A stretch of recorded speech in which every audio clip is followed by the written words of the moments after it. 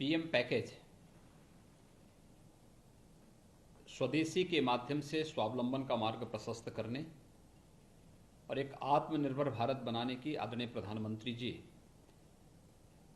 की भावनाओं के अनुरूप ही पीएम पैकेज के माध्यम से इन 4 जो माननीय वित्त मंत्री जी ने 4 अलग अलग दिन पैकेज घोषित किए हैं, ये सचमुच उन संकल्पों को पूरा करता है जिस देश के गांव के लिए, गरीब के लिए, किसान के लिए, नागरिक के लिए और प्रत्येक नागरिक तक शासन की सुविधाओं को पहुंचाने, उनके स्वावलंबन और आत्मनिर्भर का मार्ग प्रशस्त करता है। आज जो चौथे संस्करण में पीएम पैकेज का जो चौथा संस्करण माननीय वित्त मंत्री जी ने घोषित किया है, इसमें जो सबसे बड़ी बात है कि राज्य जिस बात की मांग कर रहे थे कि एफआरबीएम की सीमा को 3 से 5% किया जाए, आज इस मांग को भारत सरकार ने 1 वर्ष के लिए अपनी सहमति दी है। इससे राज्यों को अपने आवश्यकताओं की पूर्ति के लिए लोन लेने की एक सुविधा मिल जाएगी और 3 से 5% की सीमा बहुत अच्छी सीमा है। मुझे विश्वास है कि सभी राज्य, कमोबेश सभी राज्य इसकी मांग करते रहे थे। मैं इसके लिए आदरणीय प्रधानमंत्री जी का हृदय से आभार व्यक्त करता हूं और माननीय वित्त मंत्री जी को धन्यवाद देता हूं इस घोषणा के लिए। आज की उसमें कुछ सेक्टर पर विशेष फोकस किया है माननीय वित्त मंत्री जी ने, खासतौर पर रोजगार को लेकर के, इसमें गरीब कल्याण को लेकर के, स्वास्थ्य को लेकर के और शिक्षा को लेकर के। अगर हम रोजगार की बात देखेंगे तो बहुत बड़ा कार्य इस पर पहले ही पैकेज के हर एक चरण में देखने को मिला है।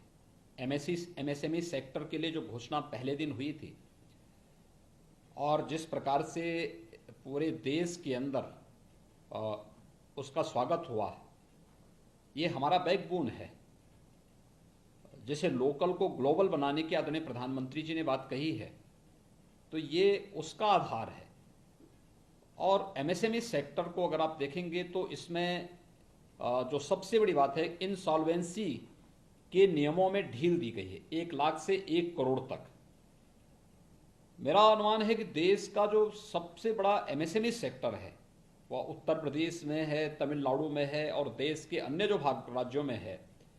ये देश की अर्थव्यवस्था की बैकबोन है और इससे बहुत मजबूती मिलेगी और रोजगार सृजन के भी ढेर सारे अवसर इससे प्राप्त होंगे। दूसरा, प्रवासी श्रमिकों की सकुशल और सुरक्षित वापसी के लिए भारत सरकार ने श्रमिक एक्सप्रेस लगाए हैं। 85% रेल मंत्रालय और भारत सरकार इसमें योगदान दे रहा है।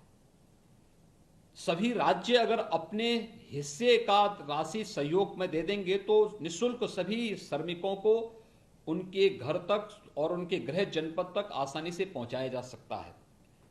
उत्तर प्रदेश में अब तक 475 से अधिक श्रमिक एक्सप्रेस गाड़ियां यहां आई हैं उत्तर प्रदेश में, जिसमें 6 लाख से अधिक प्रवासी श्रमिकों को अकेले हम उत्तर प्रदेश में इन जो श्रमिक एक्सप्रेस लगी हैं इनके माध्यम से सुरक्षित उनके गृह जनपद तक क्वारंटाइन सेंटर में पहुंचाने की व्यवस्था इसके माध्यम से किए हैं।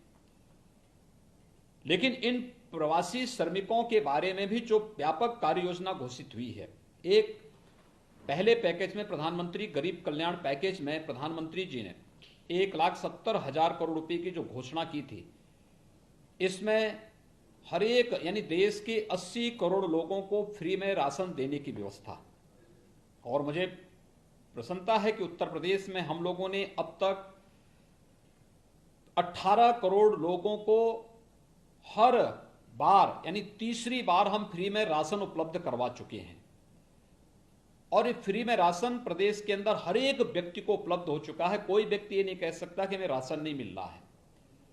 इसके अलावा प्रदेश के अंदर रोजगार सृजन की दृष्टि से भी जो कार्य प्रारंभ हुए हैं, इसमें एमएसएमई सेक्टर में बहुत बड़ा कार्य हुआ है। यहाँ पे जो उद्योग बंद थे उनको प्रारंभ करके उसमें कार्य प्रारंभ हुआ है, उसके माध्यम से बहुत सारे लोगों को रोजगार यहाँ उपलब्ध हुआ है।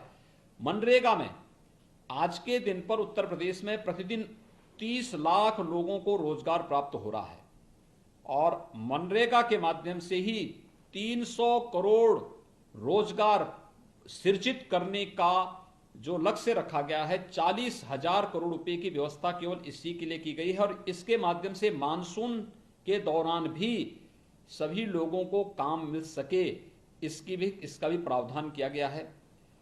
प्रवासी श्रमिकों के लिए भी कुछ सहयोग देने के लिए भी इसमें व्यवस्था की गई है। ये रोजगार सृजन के जो पैकेज घोषित हो रहे हैं, ये निश्चित ही हर एक हाथ को काम देने की सामर्थ्य रखते हैं और इस पर ये बहुत स्वागत योग्य है।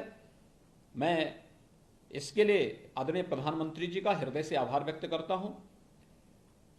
स्वास्थ्य के सेक्टर में भी आज आप देखेंगे, उत्तर प्रदेश को ही अगर हम लोग लें तो जब कोरोना का पहला पॉजिटिव केस आया था तब उत्तर प्रदेश में हमारे पास तब न पीपीई किट यहां पे बनती थी, ना N95 मास्क की व्यवस्था थी, ना सैनिटाइजर की व्यवस्था हमारे पास थी।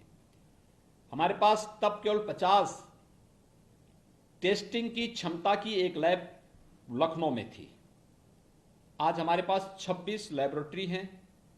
पर्याप्त मात्रा में भारत सरकार हमें किट उपलब्ध करा रहा है और प्रतिदिन हम लोग इस समय 6,000 टेस्ट प्रतिदिन कर रहे हैं।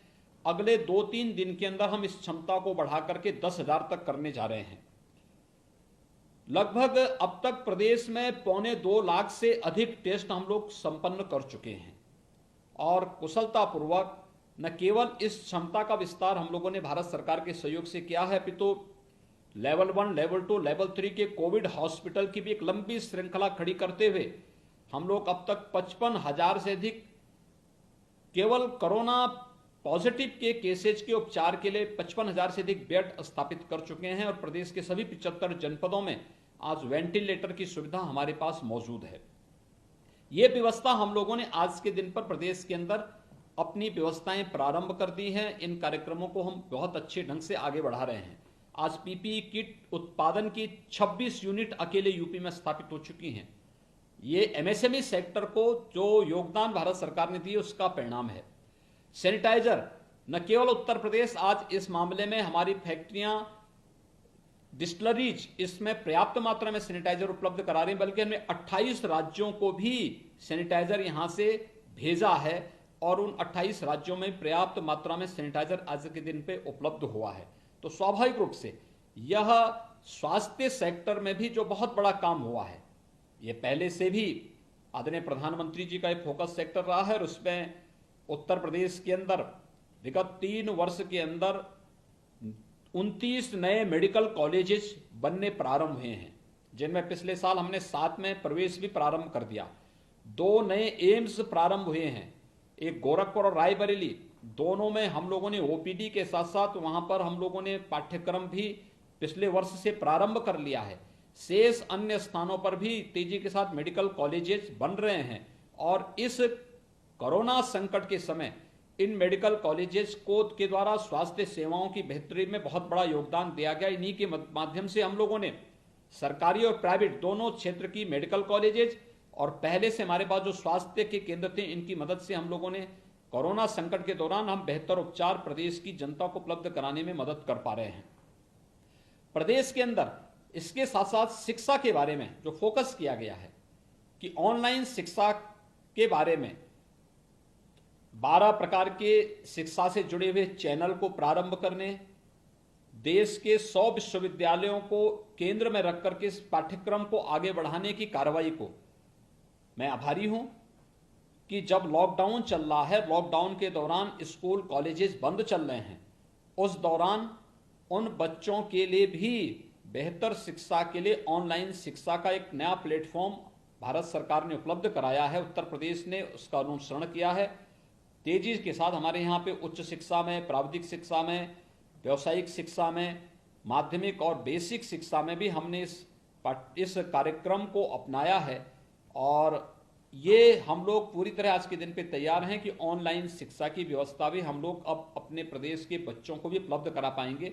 मैं इन सभी घोषणाओं के लिए आदरणीय प्रधानमंत्री जी का आभार व्यक्त करता हूं, माननीय वित्त मंत्री जी को हृदय से धन्यवाद देता हूं कि जो ये आर्थिक पैकेज 20 लाख करोड़ का देश के स्वावलंबन और देश को आत्मनिर्भरता की ओर अग्रसर करने के समय यहाँ पर घोषित हुआ है और इसको तेजी के साथ क्रियान्वयन प्रारंभ हुआ है।